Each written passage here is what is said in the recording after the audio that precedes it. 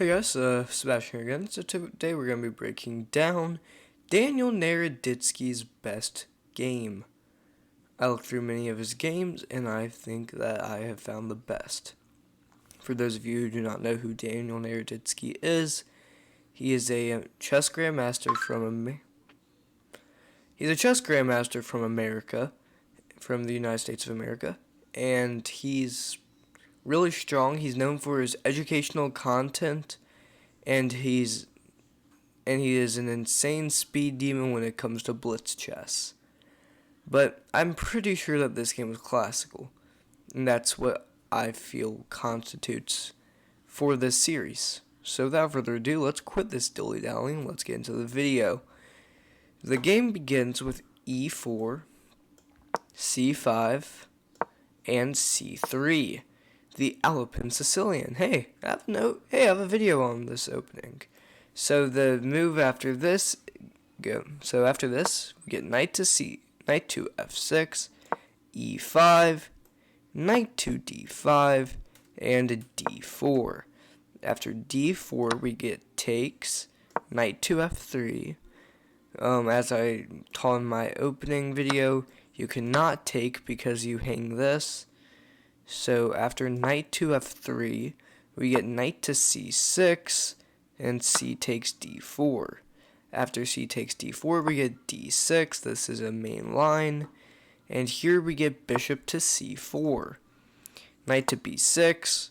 And here, I recommend playing bishop to b3. But in this game, Grandmaster Daniel Naroditsky played bishop to b5, creating this pin on the king. So after this, we get d takes e5, and knight takes e5. Now, for those of you thinking that, well, you can just bat this away with f6, this is a horrible move because of the simple move queen to h5 check, g6, and takes. And you have to forfeit your rook, because if you play this and this, you just get checkmated. Oh, never. Well, this happens. Never mind. But yeah. So after knight takes e5, we get the move bishop to d7, trying to break this pin. Here we get knight takes d7 and queen takes d7. After queen takes d7, we get knight to c3. After knight to c3, we get e6, possibly going for the pin on this knight. After that, though, after e6, we just get short castles. Bishop to e7, and queen to g4. This is what I love about Daniel Naroditsky's playstyle, is he is so aggressive. And now, full props to Grigory Apparin for short castling. Props to him, because this is a very, just brave tactic. Like castling into this attack. Here we get bishop takes c6, b takes c6, and bishop to h6, and bishop to f6. Just trying to defend mate. After this, though, we get rook from f to d1, and rook f, just defending this. Rook f to d8, just putting more pressure on this pawn. And here we get knight to e4. The idea of knight to e4 is if you play a move like rook c8, I play check, you can't take because, well, the simple fact of it's pinned. And here's the thing, okay? If you play something like, let's say here, right? Queen takes g7 check, king here, knight to g8 check, not even taking the free queen. After rook takes g8, we get bishop to g5 check, king to e8, and queen takes g8 checkmate. So that's why after the move knight to e4, but his opponent plays queen to e7, defending this bishop. After that, we get rook ac8, just activating it down this, putting it on the open file, attacking the pawn on c6, rook ac8, obviously just defending it, pretty obvious move. Here we get rook to d3, going for this rook lift, possibly going to reroute it over with a move like rook to g3, or something like that, something along those lines. Rook to d5, and bishop to e3, we have now achieved a piece cube. So after bishop to e3, we get rook to a5, obviously putting pressure on the a2 pawn. This is easy to defend, you just play the move a3. Here though, we get rook to b5, putting pressure on the b2 pawn. On the b2 pawn, we go from a5 to put pressure on the a2 pawn, and then we reroute over to b5 to put pressure on the b2 pawn. Here we get b5 and a5. Now after this, we get bishop to d2, a very nice idea. Now saying, well, I can take this pawn for free. So here we get a4, locking this pawn in and locking this pawn for the foreseeable future. And here we just get bishop back to e3, because this piece has already served its duties. It's already served its duties on the square, so you might as well just bring it back. Now after bishop to e3, we just get rook to d5. After rook to d5, we get queen to f3 and h5. Just going for some aggression down the king side. Here we get h3 and e5, a center pawn break. You cannot take this because you hang your rook. So the move rook to c5 was played. A very nice idea by Daniel Naroditsky, attacking the rook. After this, we get knight to d7. His opponent saying, well, here's the thing. I don't really want to give you what you want. Oh, there we go. He was saying, I don't want to give you what you want. I know what you want is for me to, if we go back, what you want is for me to take and then this to take, and then me have to move my knight back. You have this nice pawn structure. Here you're going to take this. In the future, no, you're going to be playing well, so that's why I don't take it. I'm going to play knight to d7. I'm going to attack your rook and make you take on my agenda. And Daniel Naroditsky does that. Here we get rook takes d5 and c takes d5. Here we get knight takes f6 check, knight takes f6, and queen to f5. Utilizing the weakness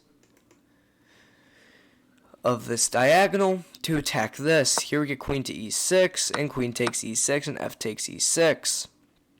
Daniel says, well, I am now up the pawn, and I'm fine. Here we get knight to d7 again, putting some pressure on this.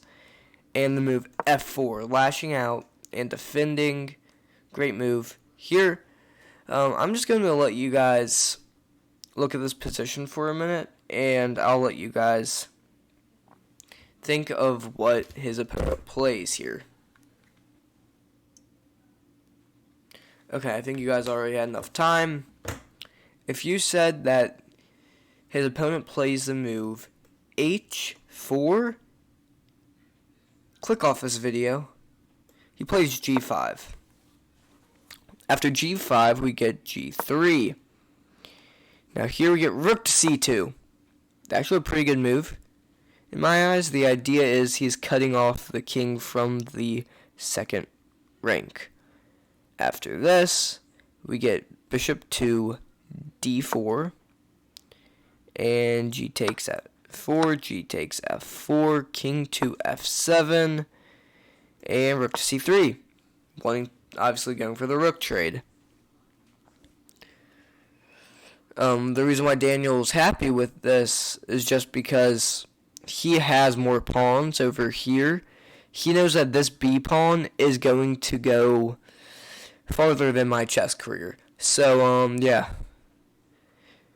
Like, that's the whole idea behind this move. So rook to d2, attacking the bishop, was played, and bishop to e3, attacking the rook. After that, we get rook to b2, and rook to c7, putting a pin on this, king to e8, defending this. We get rook to c6, obviously attacking the e6 pawn. We get king to f7 again. Now we've officially hit move 40. And they've gotten some extra time. I think. I don't know. Maybe they did, maybe they didn't. Here we get bishop to d4 again. Putting some more pressure on this. After that, we get rook to d2 again, attacking this. Here we get bishop to c3, attacking this. And rook to d1 check. After rook to d1 check, we get king to f2. We get... what the hell? Yep, d4. Not rook d4, just d4. After this, we get rook to d6. A nice idea of if you take, I take, and I'm threatening this. So here we get knight to b6. After knight to b6, we get the move king to e2.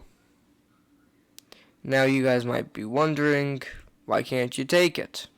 Because if you take, it's suddenly losing because a d takes c3. And the fact that you can beat him if we go like this. You can beat him to the race. While if you look at this, there is much more, squares for the b pawn to go. So maybe something like rook c6, rook d3, something like b5, c2, rook takes c2, rook takes a3, rook to c4. Here then we get king to g6, something like this. So instead, after knight to b6, we get king to e2, attacking the rook. After this, we get rook to b1. After rook to b1, we get bishop takes d4, putting more pressure on this knight. Now we get knight to c4, a pretty good square for the knight, attacking the rook. But by now the damage has already been done, and Daniel just mops up this game. Rook to d6, rook to c6, knight takes a3. And you might say, well, wait a minute, didn't Daniel just blunder a pawn and now this is a passed pawn? Yeah, but Daniel's better than you and he plays f5. Now you might be wondering, can't you play e takes b5? Yeah. Sorry, e takes f5, yeah, but check. Check. Here. Here. No, here. And you can play something like here. At least this is something that I would play. The idea of this is if you take, I promote to the queen, check. but that's just me. So after f5, we get knight to b5, putting pressure on this bishop now, threatening the fork. Here we get f takes e6, check. King to g7. Nope, that's g6. King to g7. Bishop to c5, because you don't want to be forked. At least I don't want to be forked. I don't think Daniel Naroditsky either wants to be forked. Rook takes b4 was played. Just like a last chance sacrifice. Here we get e7 and e4 check.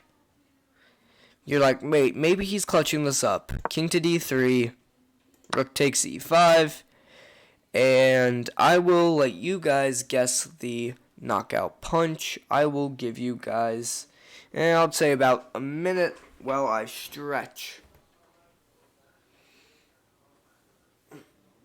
My back is in pain right now. Okay, if you said that the knockout punch was rook to c8, you would be correct. Congratulations. Okay, so, yeah, thank you guys for watching this video. Thank you guys for the continued support on the channel. I really liked making this video, and yeah, without further ado, let's quit this dilly-dallying and go do something productive with the rest of your day.